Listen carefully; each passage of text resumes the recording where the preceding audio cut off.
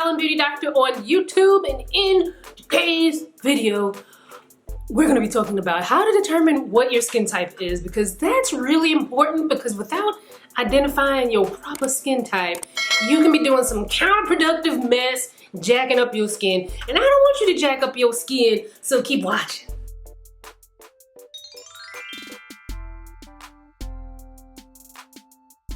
Alright guys, so we have a very special guest in today's video, Eden G, an esthetician with 10 years experience in the industry. She's also the owner of skincare studio Yves Milan in Westchester, New York.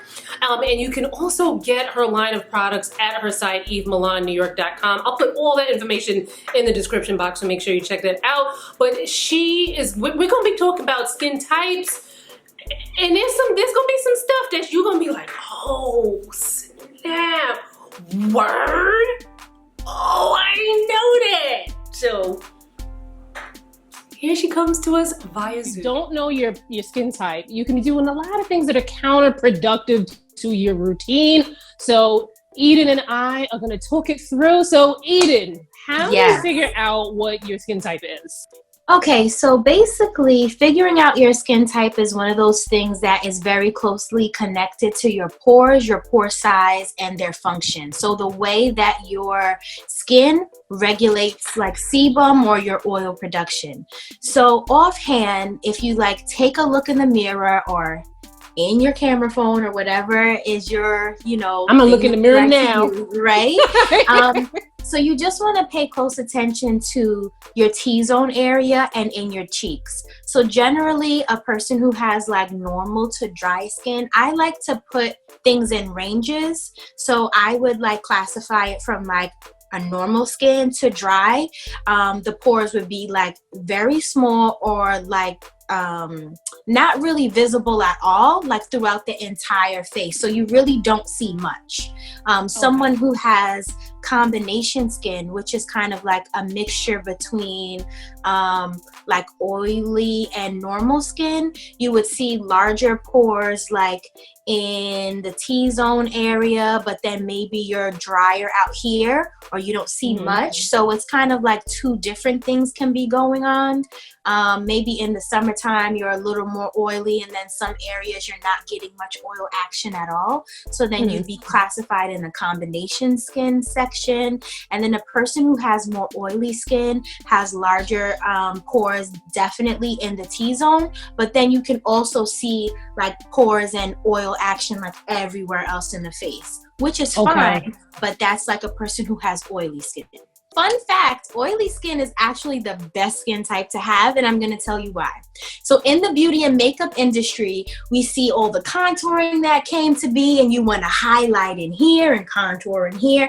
And if you pay close attention to that, where they're highlighting are the areas that people with oily skin are naturally illuminated. So in the forehead, in the nose area, in your whole teeth, like in here, you want to highlight under here. And if a person that has oily skin, they're always blotting here and blotting here and blotting here, but that's the actual look that everybody wants to have. And everybody wants to have.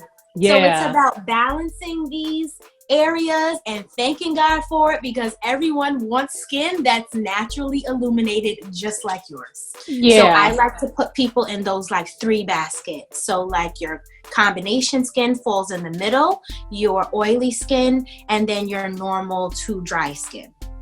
Okay. What do you think of those tests? Like, I remember growing up and either reading in a magazine or seeing on television shows where they tell you to wash your face, let it air dry, and then what your skin does that determines your skin type. What do you think of those kind of tests? Okay, so I feel like the concept is right? So generally, you want to know like what your skin is doing like after you kind of wash everything off, and that makes perfect sense in a perfect world. But here's the problem. Generally, if someone is figuring out like a face wash, they could already have the wrong face wash that's drying out their skin too much. So by the time they finish washing their face, it's already off balance, so you really don't know what your skin is doing. Like people think, you know, they could have an oil cleanser, and you don't know where it's going to leave you. They could have a cleanser that has a lot of like sulfates in it, or, you know, a lot of surfactants that could be a little harsher on the skin, so it's drying you out more and your skin feels very tight, or it feels a little sensitive. So the problem there lies in what cleanser are you using to start out with. There's a term that's like a do no harm cleanser, which is like your kind of basic cleanser with nothing too extreme in it. That could be like a good starting point to figure that out. But even if you wanted to start off with like just rinsing your face like a few times with water, patting it dry, like tepid warm water, patting it dry, and then seeing where you are, that could help out better than like washing it with something, because what you're washing it with can throw your skin off and then you don't really know what your skin type is, because the product is not helping. Right. That makes a lot of sense. Now, can your skin type change? And when would the skin type change? No. All right. So okay. So one thing that we hear a lot of people say is like, oh, I want to shrink my pores, or, you know, I got in the steam shower and my pores were open, and then and this is like, no. Pores don't open and close. They don't open and close. So I have clients who are like 60, 70 years old, and they still have large pores. They're not producing as much oil because all those things slows down over time, but their pore size hasn't changed, you know? And sometimes you can still see, I can look at my older clients and just certain things in their face, and I could tell like they had a lot of acne, that, you know, they're not having it anymore because the way that the body is functioning in terms of oil production, which connects to your healing, which connects to like fertility things and aging, has all slowed down. So that has changed too, but they still have large pores. So over time, it doesn't change, but you can do things to balance oil production, which is key to help clear out your pores so they don't look full of stuff. So your skin type does not change, but environmental factors can make your skin drier or sensitized. So people think that things have changed over time, but maybe they're in a big city where there's a lot of pollutants, and that's something new for them. So they notice, you know, different things happening in the skin. Maybe where they live, they moved from like a city to somewhere that's in the mountains, so the elevation and the air is different. I have clients that even experience a lot of changes where they move and the water is harder or different, and that can affect certain things. So know your skin type will not change. You can definitely do things to help to balance things that you want to improve on skin wise, or learn how to live your best life with the skin type that you've been blessed with, but it doesn't change. So you guys, Eden has a skincare studio in Westchester. It's called Yves Milan. And you said it's a combination of you and your daughter's name? Yves Milan is actually an acronym, so it's our names combined. The company started, just a little snippet, when I was 19. I was a teen mom, and I remember like holding her in my arms, and she was looking up at me, and I was looking down at her, and I was like, what am I gonna do to take care of this child? Like, get it together. And I was like, oh my God.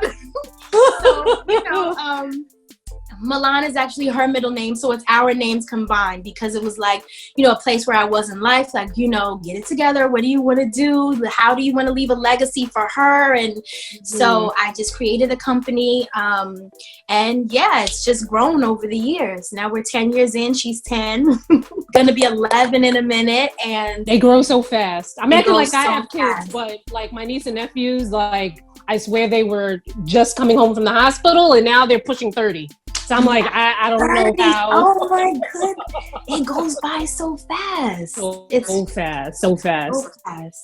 So fast. So you guys, you can definitely check out Yves Milan. I'm going to leave all the links and all the links that you can follow Eden on Instagram as well. Yeah. I did want to ask two other things regarding Okay. skin types. So the first thing I wanted to ask, and because we're New Yorkers, we're in the Northeast, we do experience 4 seasons a year. Can you talk to us about, because you mentioned that environmental factors can change the way that your skin reacts. It's not necessarily that your skin type changed. Can you talk to us quickly about how, things you might want to switch up as the seasons change? Okay, so definitely if we're going to start out in the season we're in, which is we're definitely approaching summer. During the summer, oil production just starts to kick up in a lot of people, which is perfectly fine and normal. So I definitely would recommend like upgrading your cleanser. So if you're doing like a mild cleanser, which has worked through like fall, winter, and even into spring, it would be nice to just bump it up a little bit to add a little more exfoliating acids or enzymes into your cleanser. It'd be nice to see more antioxidants and more anti-pollutants, just because we're outside so much more. So you could do like a mild in the morning and then your more robust cleanser in the evening. So that's one thing that I would recommend. Of course, even though we should be wearing sunscreen through all 4 seasons, we definitely have to make sure to wear sunscreen in the summer, because number one, we're outside so much more, which is beautiful. But number 2, even driving in the car, I know I'm always being like hit so hard, like I have my AC on, but this side window gets a lot of action. And people who drive a lot will see more aging on their driver's side of the face. So I tell my clients all the time, it's not chemical peel season. But if you want to protect your progress that you've made with hyperpigmentation throughout the year, having sunscreen on will prevent the sun from making those spots darker or red spots turn brown, like, so many different things. So sunscreen is definitely a must. I would hike up my toners. I would keep a nice toner like in my bag. If I'm like the type of person that likes to be outside and walking and biking, you can put it on a cotton swab and just swipe your face if you don't have access to water, even before you start to work out, because you should wash your face before you work out, not after. But push come to shove, keep it in your bag so you can just hit these areas, including your chest and your back, where people see a lot of breakouts, and in this piece here, because when you sweat down, our brows are amazing, but the point of the brows is to keep the sweat out of your eyes. So a lot of times people will get a lot of breakouts in here, in the active season. So we want to make sure we're toning and cleansing in this area a lot. As for the winter, we definitely want to beef up our moisturizers and our hydrating ingredients, just because there's not as much moisture in the air outside per se. So hiking up your moisturizer, making sure you're using like a hydrating cleanser. We want to be doing a lot of like ceramides, just to replenish the skin so the skin doesn't have to work so hard and it's healing better. I always like to say, like, to go with the season. So if the winter time is that time where everybody's all snuggled up and cozy and warm soups and just nourishing, do the same thing with your routine.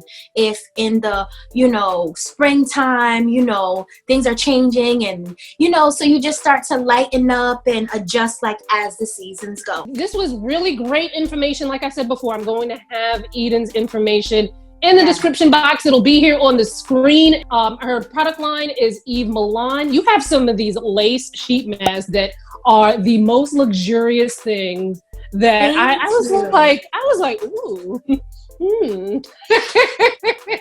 So if you're into sheet masks, make sure you check that out. But it's not just sheet masks. She has a whole line of products, so check it out. So like I've been mentioning, make sure you're subscribed to this channel and you hit that notification bell so you don't miss an upload, because Eden and I did a number of videos together. We have another video on, things you need to know about dry skin and like a sample skincare routine for dry skin. So make sure you are subscribed and you hit that notification bell, check it out. And then we also did a video talking about sensitive skin, which is not a skin type, but we will talk about it. And for now, we must go, but there will be more videos for you to keep watching, so keep watching them. And I'll see you in the next one. Bye, guys.